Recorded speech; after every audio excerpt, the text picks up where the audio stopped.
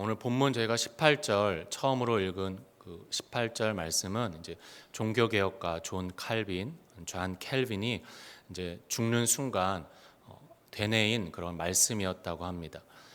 일설에 의하면 27번을 그 로마서 8장 18절 말씀을 이제 거듭 외우다가 눈을 감았다고 합니다.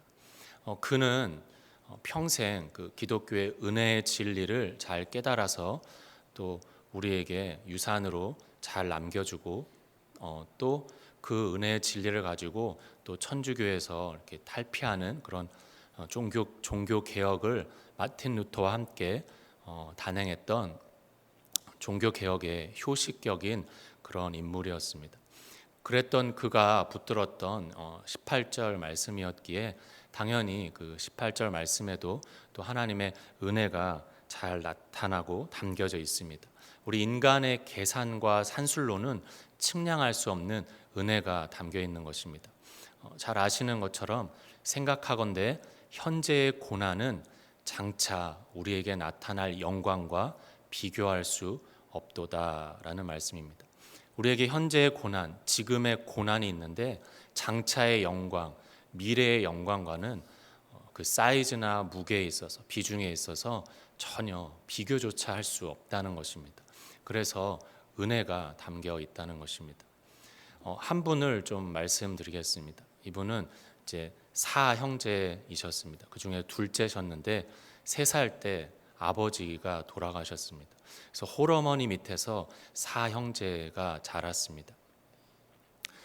다행히 그래도 그 어머니가 이제 양장점을 하셔서 양복 짓는 그 재단 기술이 있으셔서 그래도 겨우겨우 아들 넷을 이제 대학을 다 들여보내시고 졸업은 시키셨지만 그러나 그 옛날에 또 한국에 예전에 또 잘 못 살았는데 그 홀어머니 밑에서 사형제가 과연 어떤 생활을 했을지 또 그 제가 지금 말씀드리는 그 둘째 분은 그의 삶이나 또 유년기, 소년기, 성장기 또 어른이 되어 자리 잡을 때까지 사회에서 자리 잡을 때까지 어떤 삶을 살았을지 우리가 감히 뭐 짐작을 한다거나 가히 상상하기는 좀 어려울 것 같기도 합니다.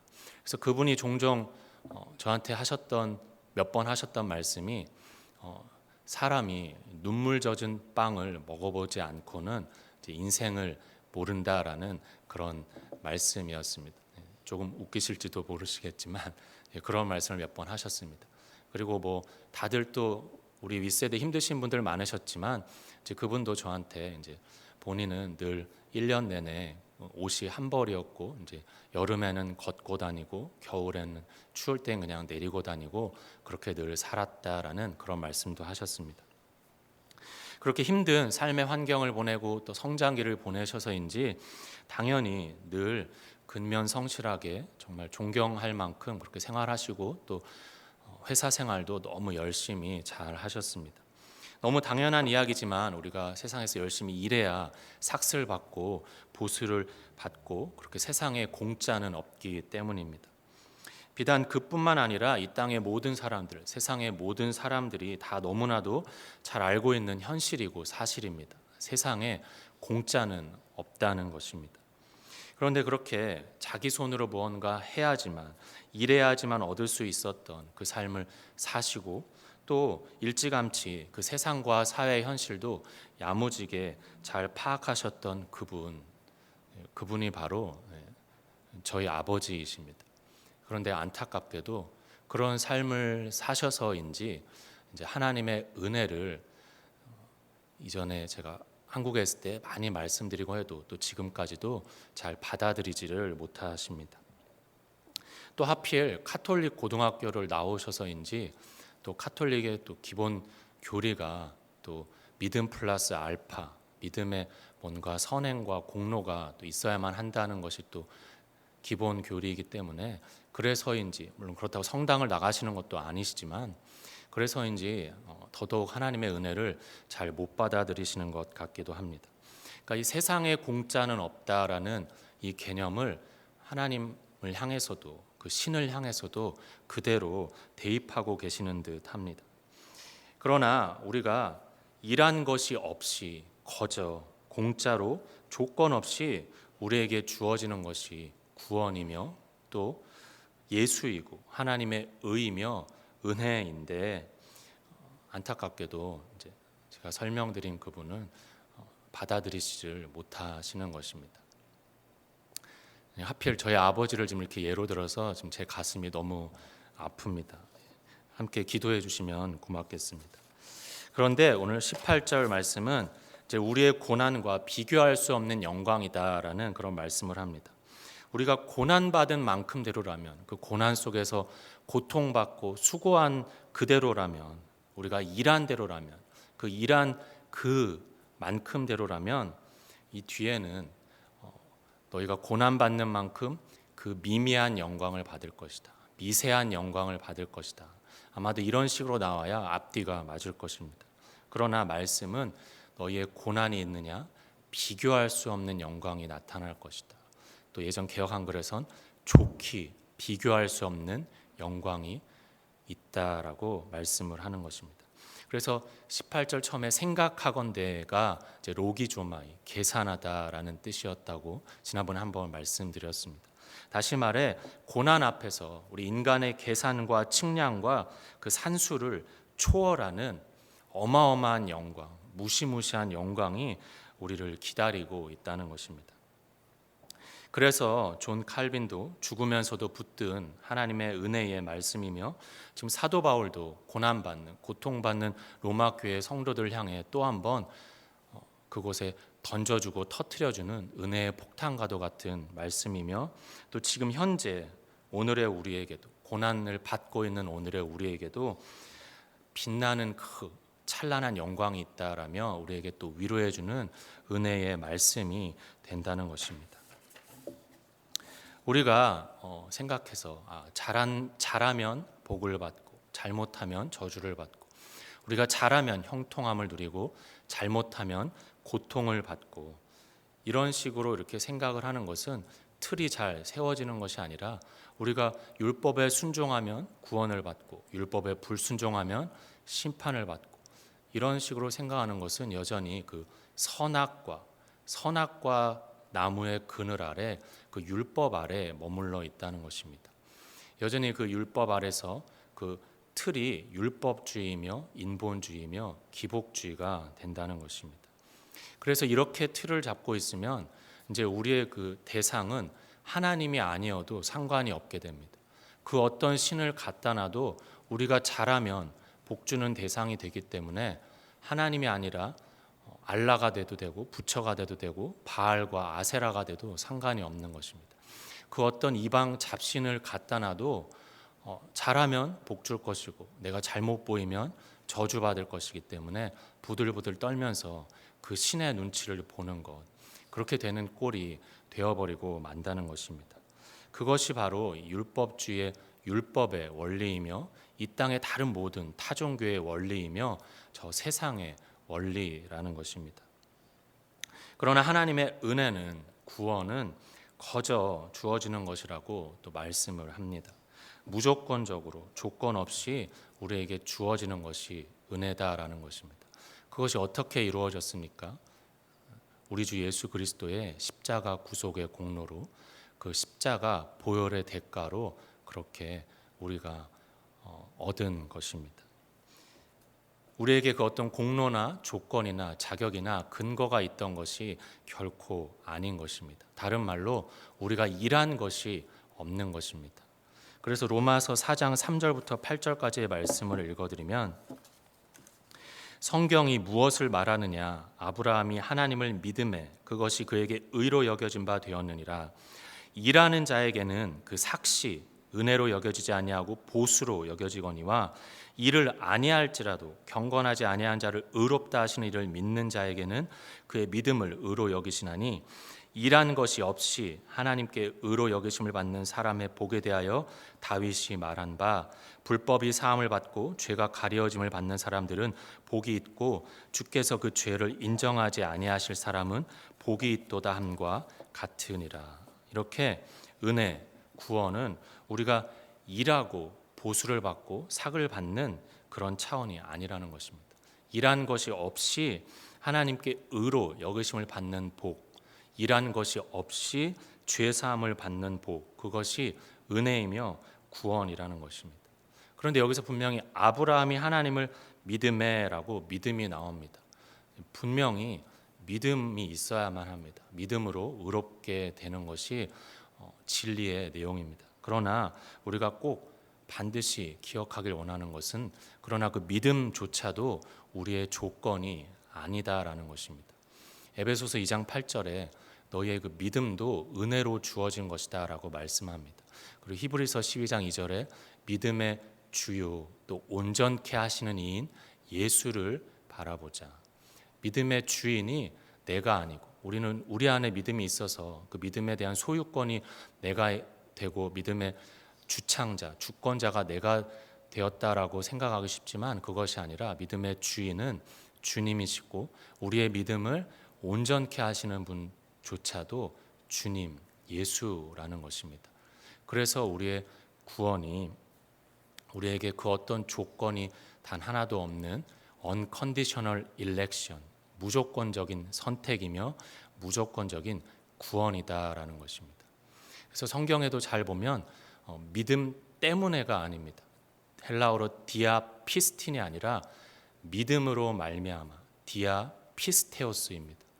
우리의 믿음 때문에 하나님이 구원을 해주시는 것이 아니라 믿음으로 말미암아 하나님이 우리에게 믿음을 주시고 그 믿음을 통로 삼아 수단 삼아 그것을 마치 우리에게 이제 파이프를 연결하시고 그 믿음이라는 파이프를 통해서 우리에게 은혜와 구원을 하수처럼 그 생명을 흘려 보내주시는 것, 그것이 구원이며 우리가 얻은 그 프리 기프트의 그레이스의 구원이라는 것입니다.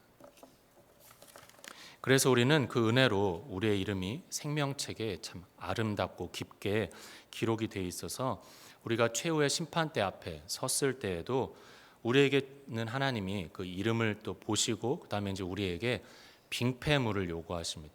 유대인의 결혼 풍습에는 이제 남편 될 자가 먼저 신부 될 자에게 빙패물을 주는 것입니다. 결혼 예물을 주고 그리고 나중에 그 부인 될 자를 찾아가서 자기가 준 빙패물을 들고 있는 여인이 자신의 부인임을 알아보고 이제 진짜 부인으로 맞아들이는 것입니다.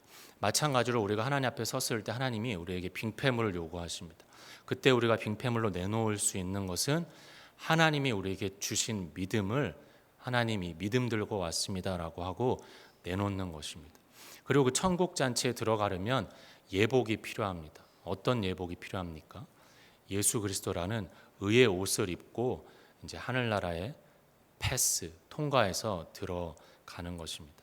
그렇게 하나님의 심판을 예수 그리스도라는 의의 옷을 입고 통과하는 것, 믿음 들고 그 빙패물 주고 통과하는 것, 그것이 우리의 구원이며 영원한 나라의 입성이며 아버지의 집에 돌아가는 것입니다.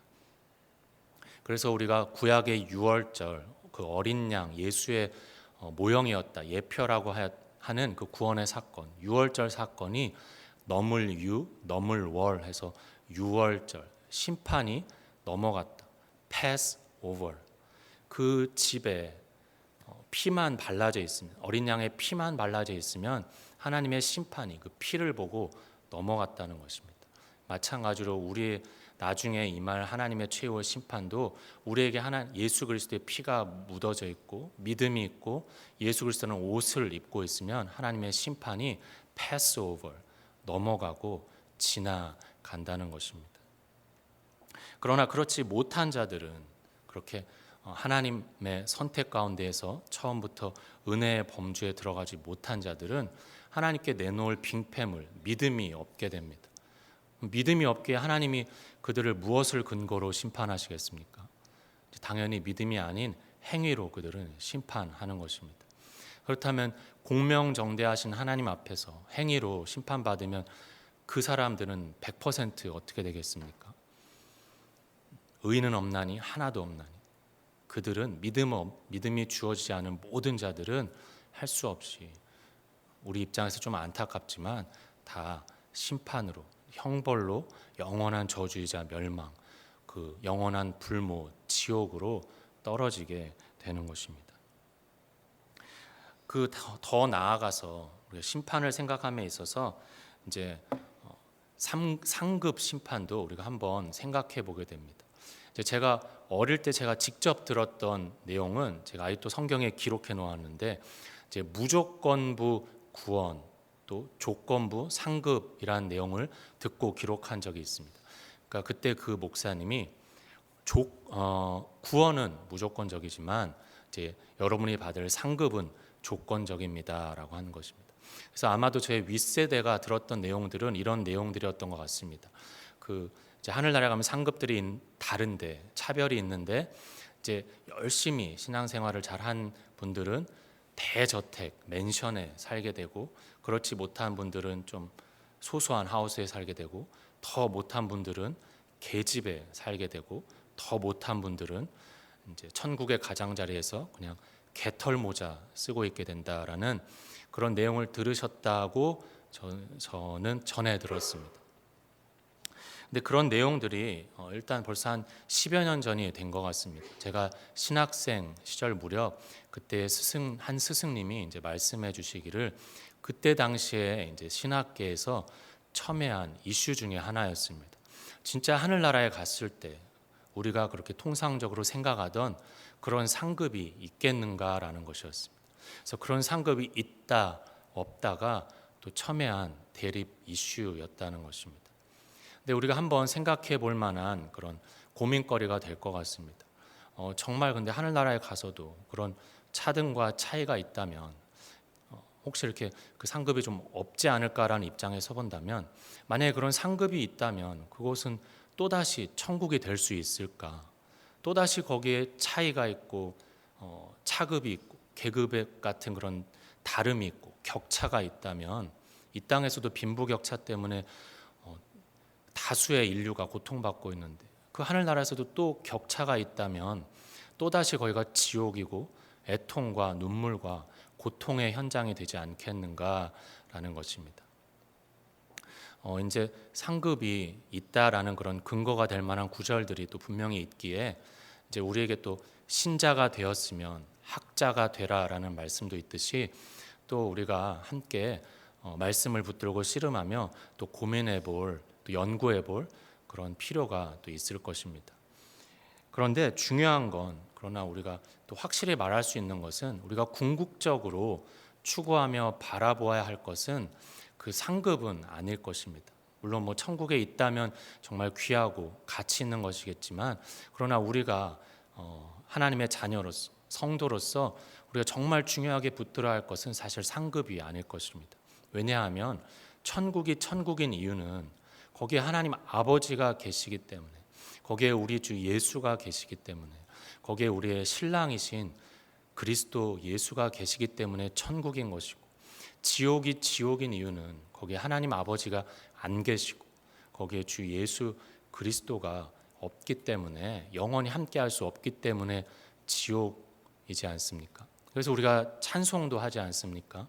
높은 산이 거친 들이 초막이나 궁궐이나 내 주 예수 모신 곳이 그 어디나 하늘나라 천국이다라고 우리가 찬송하고 믿고 고백하는 것처럼, 정말 우리에게 정작 중요한 것은 상급보다도 그 이전에 주님, 하나님이라는 것입니다. 그래서 마틴 루터도 이런 말을 했다고 하지 않습니까? 만약에 가정에서 우리 주 예수 그리스도가 지옥에 가 있다면 그럼 나는 차라리 예수님 계신 지옥으로 가겠다, 이런 말도 했다고 전해집니다. 고린도전서 16장 22절 말씀, 만일 누구든지 주를 사랑하지 아니하면 저주를 받을지어다. 우리 주여 오시옵소서. 우리가 주를 기다리는 것, 주를 소망하는 것이 우리에게 정말 중요한 관건이자 핵심이라는 것입니다. 그리고 우리에게 정말 가장 큰 영광도 사실 주님 그분 자체이실 것이며, 또 우리에게 가장 큰 상급도 사실은 하나님이시고 주님이 되실 것입니다. 창세기 15장 1절 말씀, 하나님이 아브라함에게 아브라함아 두려워 말라, 나는 너의 방패요 너의 지극히 큰 상급이니라. 사실 지극히 크다라는 그런 비교급처럼 나왔지만, 하나님은 절대자 하나님이시기 때문에 뭐 어떤 다른 상급들에 비해서 큰 상급이다라는 의미는 아닐 것입니다. 궁극적인 의미는 내가 바로 너에게 있어서 유일무이한 절대적인 상급이다. 너에게 있어서 가장 중요한 상급이다라는 그런 말씀일 것입니다. 그렇게 주님이 하나님이 우리의 영광이시고 그분의 나라가 우리의 영광이 되고 또 우리도 영화롭게 될 우리가 또 그 영광인데 그 영광을 바라보며 고대하는 것이 이제 피조물들도 그렇다고 오늘 말씀합니다. 우리 19절부터 1절까지의 말씀 제가 한번 읽어드리면 피조물이 고대하는 바는 하나님의 아들들이 나타나는 것이니 피조물이 허무한 데 굴복하는 것은 자기 뜻이 아니요 오직 굴복하게 하시는 이로 말미암음이라. 그 바라는 것은 피조물도 썩어짐의 종노릇한 데서 해방되어 하나님의 자녀들의 영광의 자유에 이르는 것이니라.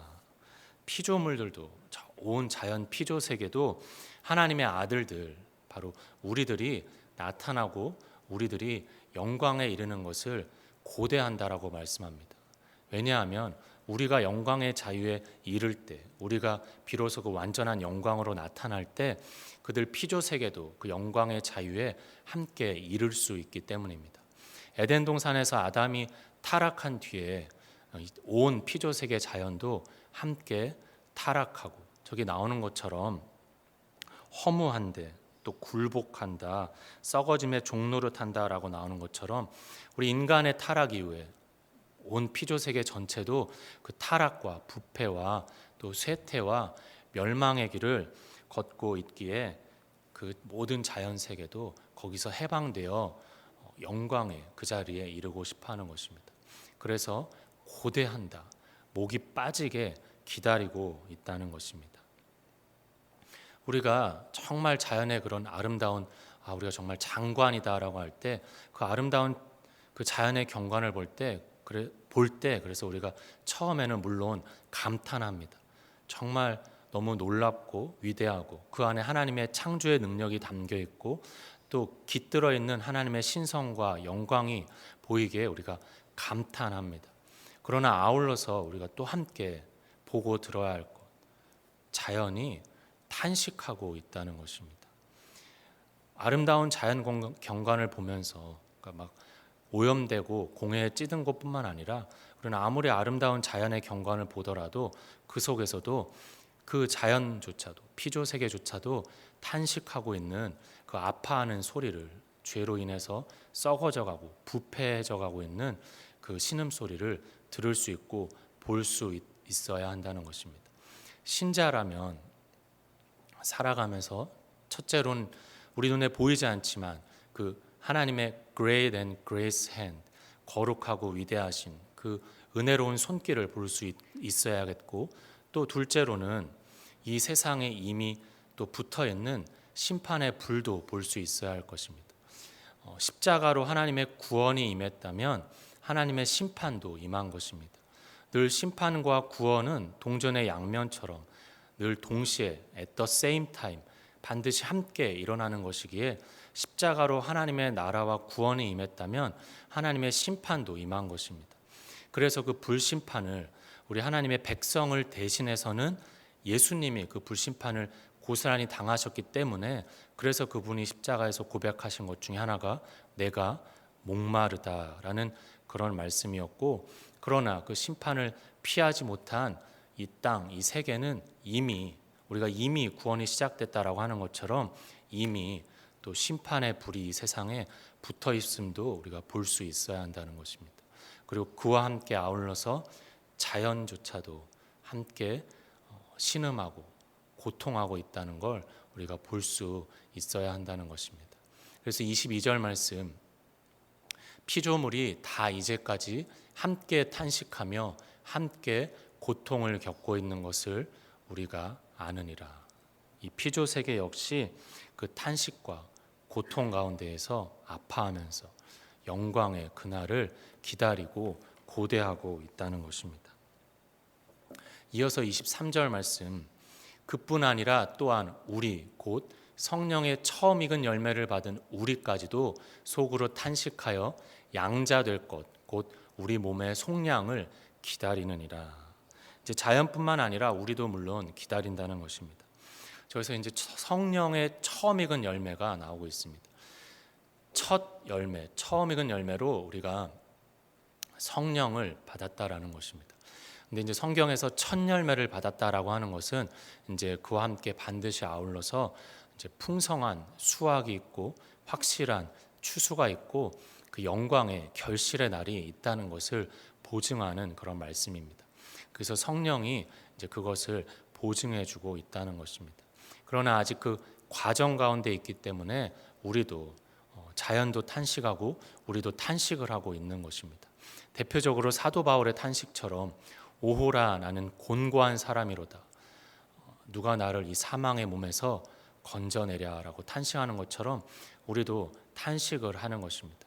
그러나 우리에게 미래가 있습니다. 영광의 자리, 양자 될 것, 곧 우리 몸의 속량을 기다리느니라. 우리가 그 하나님의 자녀로 아들로 완성되는 그 자리, 또 우리 몸의 속량, 우리의 몸이 신령한 몸을 입는 그 부활의 완전차가 되는 그 자리, 영광의 자리가 약속되어 있다는 것입니다.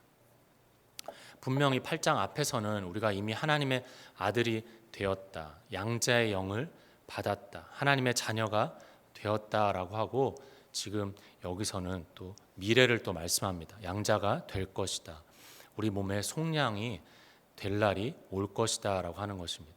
그래서 그 사이에 우리의 첫 열매로 받은 성령이 이제 우리를 그렇게 빚어가시고 인도해 가신다는 것입니다. 그래서 이 그림이 너무 쉽게 우리에게 알기 쉬운 그림으로 잘 나타나고 있는 부분이 구약에 잘 나타나 있습니다. 이스라엘 백성이 이제 애굽에서 그 어린 양의 피로 구원받아 나와서 광야에서 1세대가 다 죽습니다. 그리고 나서 이제 2세대로 살아납니다. 그리고 나서 2세대가 가나안 땅에 들어가는 것, 그들이 가나안 땅에 들어가는 것은 또 다른 이유가 아니라 바로 여호수아, 호세아, 예수 다 같은 말인데, 그래서 예수, 여호수아를 앞세워서 그들이 가나안 땅에 들어갑니다. 만약에 1세대가 그 불순종과 불신앙으로 다 죽어서 하나님이 그들을 버리신 것이라면, 이스라엘의 구원이 실패한 것이라면 하나님은 다른 민족을 택하셨거나 아니면 또 다른 새로운 인류를 창조하셨어야 합니다. 그러나 그렇지 않고 하나님이 1세대는 다시 다 죽었지만 2세대 이스라엘, 약속하신 이스라엘을 끝까지 살리셔서 여호수아 앞세워서 들여보내는 것입니다. 어린 양의 피로 구원하여 여호수아, 예수의 이름과 능력으로 가나안 땅, 천국의 영광의 자리에 들어가게 하신다는 것입니다. 그렇게 우리는 그 사이, 그것이 바로 우리가 성령으로 옛사람이 죽고 새사람으로 살아나는 그 그림이 담겨 있다는 것입니다. 만약에 그렇지 않다면 1세대가 가나안 땅에 못 들어갔기 때문에 다 구원받지 못한 것이다 라고 해버린다면, 그렇다면 모세도 가나안 땅에 들어가지 못했는데, 그러나 모세는 나중에 변화산상에서 예수님과 함께 또 대면하지 않습니까? 그런 것처럼 그 그림이 성령으로 우리의 옛사람이 죽고 새사람이 살아나는 그 그림이 나타나고 있다는 것입니다. 그렇게 우리는 성령의 역사로, 그 성령의 보증과 보호하심과 보장으로 이제 영광의 자리에 나아가고 있다는 것입니다. 그러나 그 사이에 오늘의 우리에게, 현재의 우리에게는 분명히 탄식과 고통과 고난이 있습니다. 우리에게 임하는 그 고난을 하나님은 근데 취소하거나 이렇게 변개하진 않으시고 허락을 하십니다. 하나님은 당신의 성실하심 때문에 허락하십니다. 당신의 분명한 목표가 있기 때문에 우리를 그 아들의 영광이라는 아들의 그 자리, 지위, 신분을 꼭 주셔야만 하기 때문에 그 미쁘신 하나님 아버지는 우리를 그 자리에 인도하심에 있어서 타협하거나 포기하지 않으십니다. 우리 인간의 부모는 종종 아이들과 타협하고 또 때론 포기하지도 하지 않습니까? 그러나 하나님은, 아버지는 그렇게 하지 않으신다는 것입니다. 그리고 그 고난들을 통해서 우리에게 진짜 중요한 게 무엇인지, 진짜로 가치 있고 영원한 게 무엇인지 정말 다 끊겨 나가고 사람들도 다 끊겨 나가고 뭐 가족이 현재 있든 없든 소유가 지금 많든 적든 어떤 주변의 사람들이 있든 없든 실제적으로 혹은 관계적으로 다 하나님이 때론 끊어내시고 실제로 내 손에 있든 없든 그것과 관계없이 실제로 하나님이 다 깨닫게 하시는 것입니다. 정말 뭐가 중요한 것이고 뭐가 영원한 것이고 뭐가 가치 있는 것인지 무엇이 우리가 목숨을 걸어야 할 일인지 누구가 우리가 목숨 걸고 전부 드려야 할 분인지 그리고 내가 걸어야 할 길은 과연 어느 길인지 나를 향하신 하나님의 뜻은 무엇인지 고난을 통해서 분명히 알게 하신다는 것입니다. 그리고 무엇보다도 우리가 이 고난과 영광을 생각할 때 당연히 우리가 정말 결코 잊지 말아야 할 한 분, 바로 예수가 계십니다. 그 길을 먼저 걸어가시고 그 길의 끝을 확증하신 분 그리스도 예수가 계십니다. 그 십자가의 순환을 당하셨지만 부활의 영광으로 나타나시고 그 죽음의 무덤에 매장되셨지만 그러나 승천하셔서 하나님 보좌 우편에 앉아 계시는 예수가 계십니다. 그는 분명 근본 하나님의 본체셨다고 말씀합니다. 그러나 종의 형체로 사람의 모양으로 이 인간의 썩어 없어질 몸을 입고 이 땅에 오셔서 30여 년을 사시고 그 뒤에 공생의 3년 반을 보내시고 그리고 마침내 골고다 언덕에서 그 수치와 모욕과 조롱을 당하시며 또 극심한 육적인 영적인 고통을 당하시며 십자가에서 죽으셨습니다. 그러나 그 잠시의 고난이 있었지만 그 잠시의 고난을 통하여 그분이 받으신 영광은 영원한 것이며 온 우주적인 것이며 광대한 것이었습니다. 만왕의 왕으로 서셨고 만주의 주로 서셨고 모든 무릎을 그 이름에 꿇게 하셨고 모든 입으로 그 예수를 주라 시인하게 하셨습니다. 그리고 당연히 또 우리의 부활의 첫 열매이자 참 장자로 하나님이 또 등극시켜 주시고 우리의 머리가 되셨습니다. 우리가 머리 잘리면 아무것도 아니듯이 우리의 모든 것이 주님이 되신 것입니다. 그 예수 그리스도의 주님의 고난과 영광이 우리의 앞서 있고 우리의 근거로 있고 우리의 대전제로 있기 때문에 지금의 우리의 고난도 우리의 고통도 우리의 탄식도 여기서 끝이 아니구나. 여기서 끝장나는 게 아니구나. 분명히 우리의 진정한 끝이 있구나. 진정한 끝은 바로 예수 그리스도처럼 그 부활의 영광의 자리가 있구나. 하나님 보좌 우편에 앉으신 예수처럼 우리도 영원히 왕노릇할 그 자리가 있구나. 정말 피조물들도 탄식하며 고대하며 바라보고 있는 우리가 정말 아들 예수의 형체를 입어 우리도 하나님의 참 아들들로 나타날 그날의 영광이 있구나라는 걸 우리가 그 예수 그리스도를 근거로 확신하며 붙들게 된다는 것입니다. 고린도전서 1장 8절 말씀.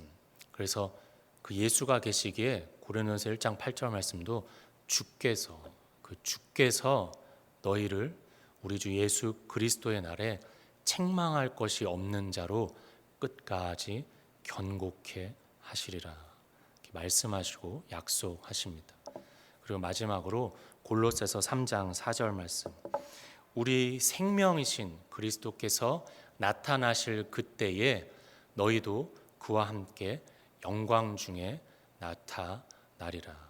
지금의 우리의 현실은 어떨지라도 우리의 생명 되신 예수 그리스도가 다시 오셔서 약속대로 다시 오셔서 나타나실 그때에 우리들도 그와 함께 영광 중에 영화롭게 변하여 나타난다는 것입니다.